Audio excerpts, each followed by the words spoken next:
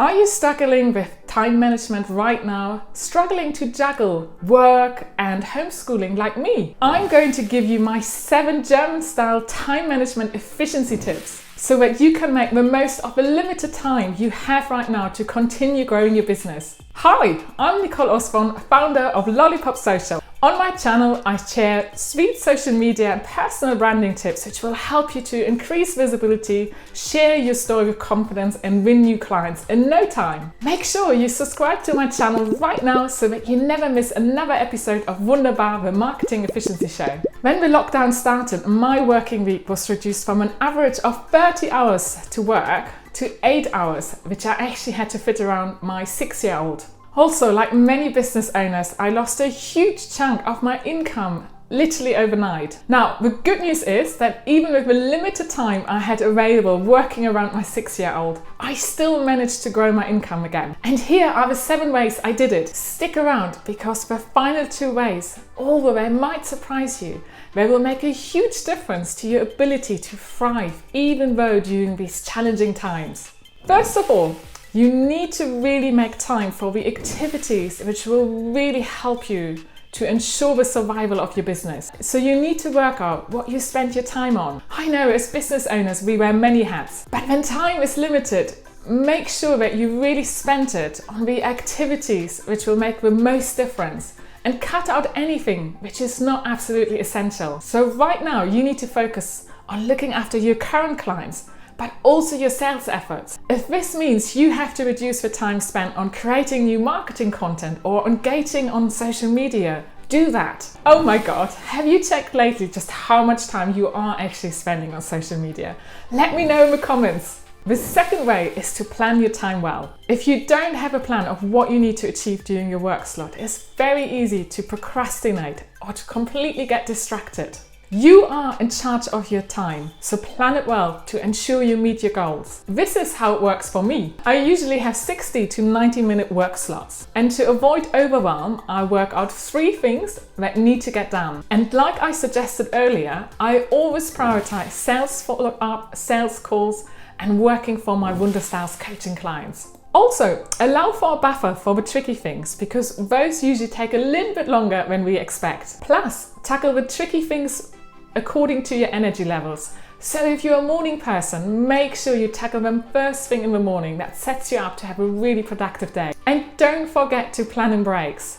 Even if you have limited time during lockdown, you still need to take your breaks. 3 of my favorite pastimes for a quick break are catching an episode of Outlander, going for a quick walk, and making time to make a really nice coffee. Avoid getting stuck and overwhelmed with this simple trick. When you know you are behind with work or you have this huge project looming over you, for example, if you need to create a new sales page because you are launching a new service, simply list out all the steps it will take you to complete this task. Then figure out how long each step will take you. Finally, you need to book time in your diary for each of those tasks. Small achievable actions lead to big change.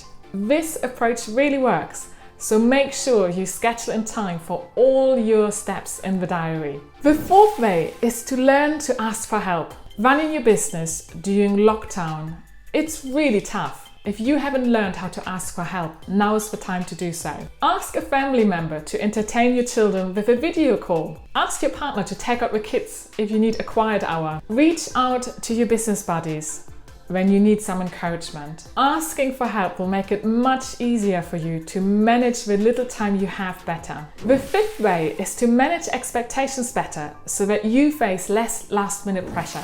Talk to your clients if you need extra time to complete their projects. They will understand they are in the same boat as you.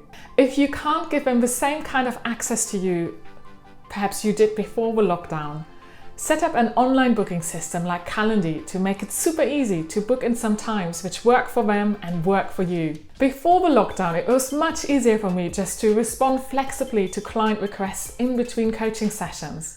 But now I use Calendly to really ring-fence my time so that I can get on with working on my business. The 6th way is to learn how to say no. With the limited time you have, you really need to focus on what moves the needle in your business. You simply can't do everything. And often this means you need to be able to say no when new opportunities come along. And once you start learning how to say no, you will be able to say yes to those opportunities which will really help you to meet your business goals. So work out what really matters to you and where you can make the biggest contribution. If this is the first time you are learning how to say no more often, just look at your diary commitments. It's really easy to say, I'm sorry, I would love to help, but I'm already overcommitted. Also, having your financial goals on top of mind makes it much easier to be able to say no when the wrong opportunities come along. For example, if you offer a range of services, work out which of those services is truly the most profitable service for you to deliver. And then when new opportunities come up, check in with those profit and loss figures. The seventh way is to ensure you take time out to recharge your batteries. I know this might surprise you when I say this, but even when you have limited time, you need to make sure that you allocate time in your planning to taking breaks, regular breaks, because your productivity levels will be so much lower and you simply won't be at your best, so the quality of your output might really suffer. I know working from home, it's much tougher to make time for taking breaks because the boundaries between work life and home life are so much more fluid. So if taking a break is one of your weaknesses, tell your family members when your next break is scheduled so that they can remind you. Pop in a reminder in your calendar system so that it's really hard for you to ignore it, because I really want you to be able to take your breaks. I hope you have enjoyed my sweet tips for helping you to manage your time better during lockdown. Make my day by commenting on this video and liking it. I can't wait to see you in my next video. Check out my sweet channel. Auf Wiedersehen!